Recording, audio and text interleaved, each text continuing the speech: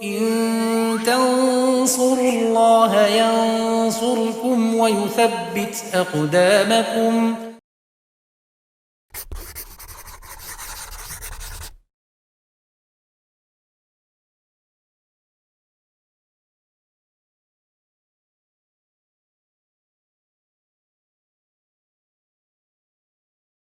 Bismillahirrahmanirrahim. Alhamdulillah wassalatu wassalamu ala Rasulillah wa ala alihi wa sahbihi wa man tabi'ahum bisanin ila yaumiddin, amma ba'd.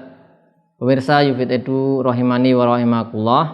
Kita lanjutkan pelajaran kita, masih membaca kitab Al-Muqaddimah Al-Hadrimah karangan Asy-Syaikh Al-Alama Al-Faqih Abdullah bin Abdurrahman Bafadl rahimahullah ta'ala. Kita masih di syarat sah salat yang ke-8, yaitu berkaitan dengan menutup aurat. Kita baca beberapa tatimah atau masalah-masalah berkaitan dengan ini yang disampaikan oleh Syekh Mustafa Dib Al-Bugha di kitabnya Al-Hadiyah Al-Mardiyah. Beliau mengatakan, "Idza lam yajid ma yasturu bihi auratahu bil kulliyah shalla uryanan li anna syarta wujubi satril aurah al-qudrah 'alaiha wa qad ajza anha." Ada masalah-masalah tatimah.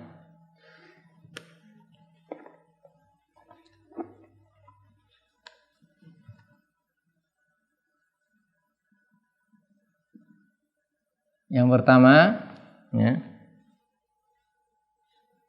jika tidak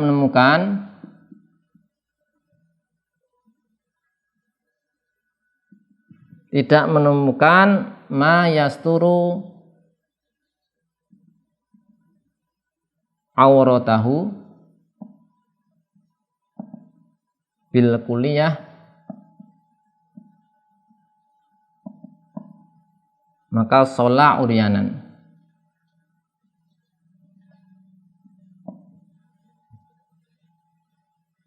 Ya.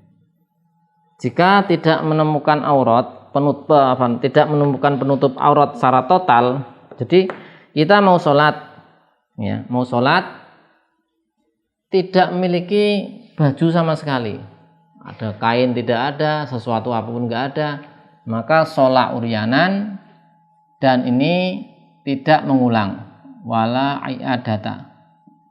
Sebagaimana telah kita sebutkan tadi di pertemuan sebelumnya di Busra Al-Karim. Karena apa? Para fuqaha mengatakan wajibnya menutup aurat itu jika mampu. Kalau tidak mampu nggak wajib. Sehingga dia sholat dalam keadaan telanjang, ya, dalam keadaan telanjang, dan sholatnya tidak mengulang. Kemudian masalah kedua, sholatnya tidak perlu diulang, ya, sah tidak perlu diulang. Fa'in wajada sutrah fi sholah wahya qaribatun minhu akhadha halan wa satara biha bila af'alin mubtilah wa bana alama qad sholah illam ya'til anil qiblat. Ini menemukan sutrah penutup aurat ketika sholat. In wujida atau wajada as-sutrah fi sholah. Nanti dirinci ini, ya. Maka ini rinciannya. Yang pertama,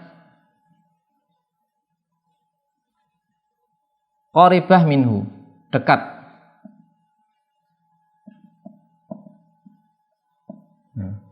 Rincian yang kedua, ba'idah anhu, ba'idah. Jadi ini ada orang sholat nggak pakai penutup aurat.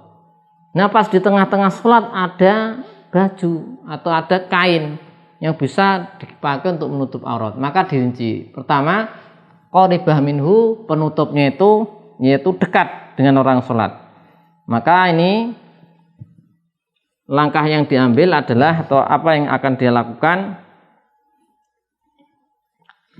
maka harus diambil akhodzaha bila af'alin mubtilah. Bila af'alin mubtilah. Dia ambil tanpa melakukan gerakan-gerakan membatalkan. Gerakan membatalkan adalah gerakan yang 3 kali berturut-turut. Bagaimana caranya? Dia ambil kain tersebut, jangan sampai 3 kali gerakan berturut-turut. Maka mungkin bisa diberi jeda atau diusahakan agar tidak melakukan gerakan pembatal, dan dia lanjutkan sholatnya asalkan tidak menghadap kiblat. Ini dia apa? Bana ala maqad sholat. Wabana ala ma qad sholat ilam ya'til anil kiblah. Ilam ya'til anil kiblat. Jadi misalnya kiblatnya di sana, ya, diambil baju, langsung diselempangkan, dipakai di bawah sampai nutup aurat. Itu misalnya di rakaat kedua, sholatnya 4 rakaat. Setelah dipakai, udah dilanjutkan lagi rakaat ketiga dan keempat. Dengan syarat dia nggak berpaling kiblat. Bedanya kalau di sana dia sampai seperti ini, nah berarti di sini dikatakan tidak bisa. Kemudian kalau ini jauh, ya, di sini disebutkan fa'inkanat ba'idatan, maka kalau jauh atau qoribatan tapi berpaling dari kiblat, maka dia ambil kemudian sholat dari awal. Ba'idatan atau qoribatan tapi adalah anil kiblah. Au qoribatan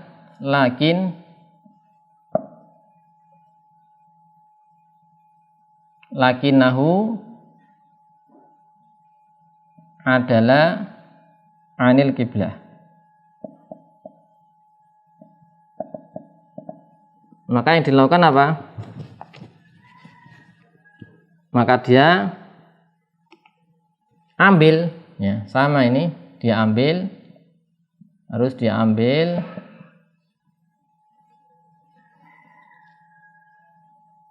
kemudian yasturu biha, dia tutup, wa yasta'nifu wa yasta'nifu as-sholatahu. Ini rinciannya, jika ketika sholat ada kain, ya, ini kita sholat ada kain. Nah kalau kainnya itu posnya dekat, maka langsung kita ambil, kita tutupkan, lanjutkan sholatnya, ya. Itu kalau dekat, lanjutkan sholatnya. Nah kalau kainnya jauh, misalnya di sana, atau dekat tapi di arah kiblat, jauh, berarti kita harus melakukan gerakan yang sampai membatalkan sholat. Maka diambil, dipakai, mulai sholat dari awal, nggak bisa melanjutkan rakaat yang sudah kita lakukan. Atau nggak jauh, dekat tapi di belakang, sehingga kita berbalik seperti ini, mengambil. Nah ini nggak bisa melanjutkan sholatnya. Artinya ambil, dipakai, kemudian sholat dari awal. Ini rincian ketika seorang mendapatkan penutup aurat dalam keadaan sholat. Dia sholat tanpa penutup aurat, di tengah-tengah sholat ada penutup aurat, misal ada kain. Kemudian masalah yang ketiga, seandainya dia dipinjami u'ira sauban lazimu al-qabul, dia nggak punya penutup aurat, kemudian ada orang ingin meminjami, ya, in u'ira, dia dipinjami baju, kain, maka wajib qabul, lazimahu al-qabul. Kita nggak punya baju, ada teman kita kita nggak punya baju mau sholat, nggak punya penutup, kemudian teman kita menawarkan, ini saya pinjami, maka wajib kita terima, tidak boleh kita tolak. Di sini sebutkan seandainya dia tidak menerima dan sholat dalam keadaan telanjang, tidak sah sholatnya, ya, tidak ada sholatnya. Ini ada tambahan keterangan.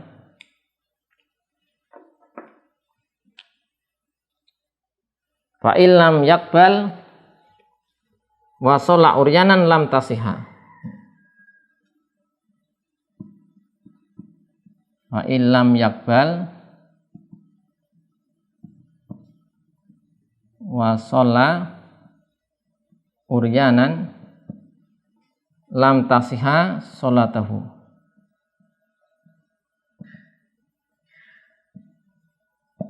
Lam tasihha sholatuhu. Ya. Kalau dia tidak menerima.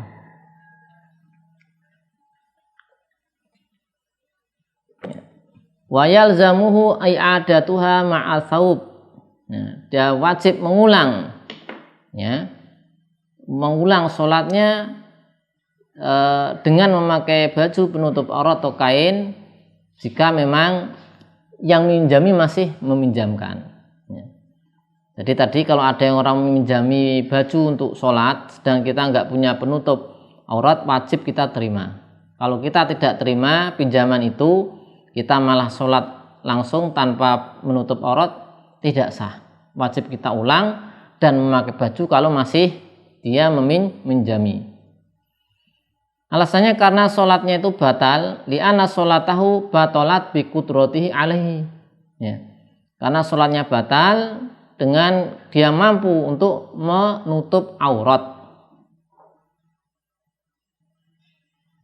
Nah, kemudian di sini sebutkan tadi ketika kita itu sholat dipinjemi nggak mau nerima, kemudian kita sholat dalam keadaan tanpa penutup aurat, maka tidak sah dan wajib mengulang. Mengulang ini dengan baju yang tadi dipinjamkan selama yang meminjami masih meminjamkan pada kita. Ya, masih meminjamkan pada kita.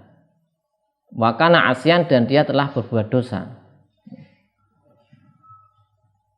Kalau yang ini, wa in raja'a al mu'ir anil ariyah, kalau si yang meminjami itu sudah mengcancel pinjamannya, maka dia ulangi sholat dalam keadaan tanpa penutup. Wa kana asyan, dan dia berdosa. Ya. Nah, tadi disebutkan ya, bahasanya wajib menerima pinjaman. Sehingga kalau enggak menerima dosa. Konsekuensinya kalau wajib seperti itu disebutkan lazimu al-qabul. Nah, karena dia mampu sebenarnya, mampu untuk apa? Menerima pinjaman, tinggal diterima saja. Baik, kemudian masalah berikutnya. Wa in wahabau ahadun sauban lam yalzamhu al-qabul lima fi dzalika minal minah. Masalah berikutnya keempat.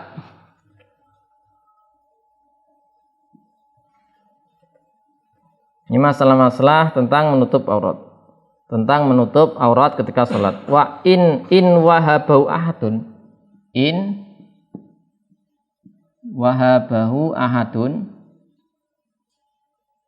sauban, maka lam yalzamhu al-qabul. Lam yalzamhu al-qabul.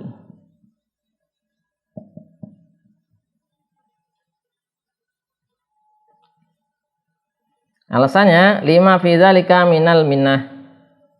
Lima fi dzalika minal minnah. Wa sahhat sholatuhu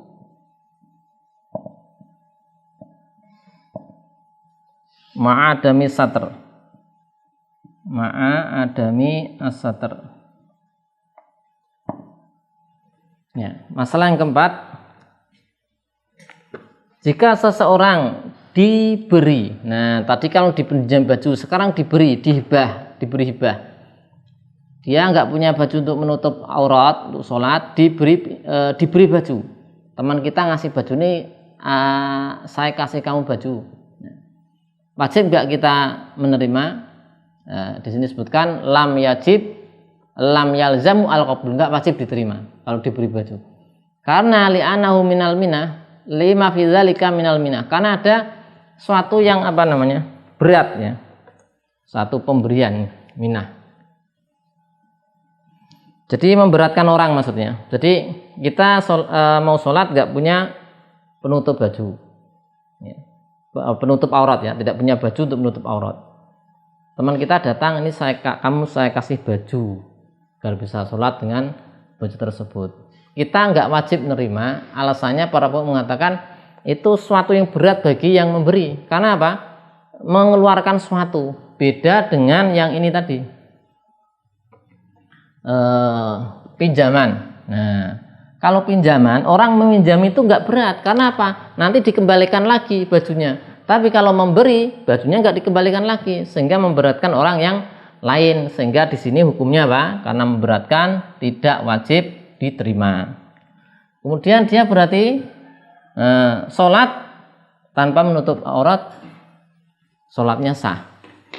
Karena tadi apa? Dihibahi, hibah. Kemudian demikian pula kalau dia diberi uang, ya, alat bayar untuk beli baju atau diutangi, maka tidak wajib qabul, diterima. Ini berarti bisa kita masukkan ke masail tadi ya, ke masalah yang keempat masih. Wahabahu, ini wahabu saub atau wahabu ahadun samana saub atau aqradahu. Nah, ada 3 berarti. Jadi ada kita sholat gak punya baju, kemudian ada orang memberi kita baju satu, memberi baju satu, memberi baju atau kain, kita nggak wajib menerima. Atau dia memberi uang untuk beli baju. Teman kita mengatakan, ini saya kasih kamu uang untuk beli baju, tidak wajib diterima. Atau dia dihutangi. Nah, ini saya hutangi kamu uang sekian untuk beli baju. Ketiga ini tidak wajib diterima. Alasannya ini memberatkan, ini satu pemberian orang lain yang bisa memberatkan orang lain. Beda dengan meminjami. Kemudian yang masalah kelima, wa in wajada satir bisa mani misli lazima syira'uhu. In wajada asatir bisa mani mislihi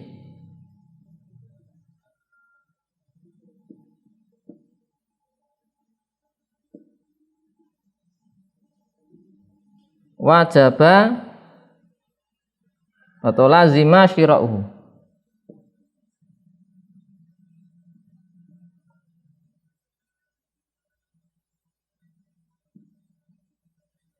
Ini setelah kelima, jika seorang yang sholat itu mendapatkan ada baju kain penutup aurat dijual dengan harga standar, ya, maka wajib kita beli, ya, karena harganya normal standar. Jika punya kelebihan harta, kelebihan dari sudah terlunasi hutangnya dan sudah sisa dari kebutuhan atau nafkahnya dan nafkah orang yang dia nafkahi. Jadi kalau dia menemukan baju dijual, maka wajib dia beli kalau harganya standar dan dia punya harta sudah lebih dari untuk bayar hutang, lebih dari untuk nafkah dia dan nafkah orang yang dia nafkahi. Kemudian yang terakhir, ya,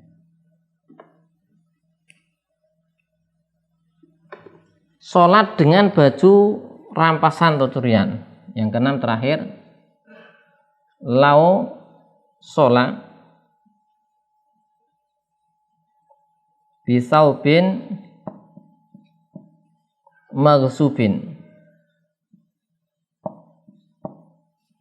shohat sholatuhu bila sawabin lahu. Nah, ini sekarang kasus yang terakhir, masalah terakhir. Jika seorang sholat dengan pakai baju rampasan, rampas punya orang, kemudian sholat, sah nggak sholatnya? Atau tanah rampasan, sholat di tanah orang lain dirampas, maksudnya ini ya punya orang lain dipaksa untuk dipakai sholat, maka sah sholatnya tanpa ada pahala. Jadi gugur kewajibannya, nggak perlu ngulang sholat, tapi nggak ada pahalanya. Sebagai ukubatan lahu, sebagai hukuman bagi dia karena melakukan suatu kemaksiatan, ya, karena dia telah mendolimi orang lain. Kenapa sholatnya sah? Jadi kenapa nggak dapat pahala? Karena ini hukuman bagi dia. Kenapa sholatnya sah? Karena keharamnya bukan kembali kepada zat sholat, tapi kepada perkara di luar sholat. Maka itu kemudian apa? Sah. Ini tatimah atau masail, masalah-masalah tentang menutup aurat. Demikian sudah kita selesaikan syarat yang ke-8 tentang menutup aurat. Insyaallah untuk syarat yang ke-9, yaitu syarat sah salat ke-9 menghadap kiblat, insyaallah akan kita baca di perjumpaan berikutnya. Semoga Allah SWT memberikan kemudahan. Shallallahu ala sayyidina Muhammadin wa ala alihi wa sahbihi wasallam walhamdulillahi rabbil alamin.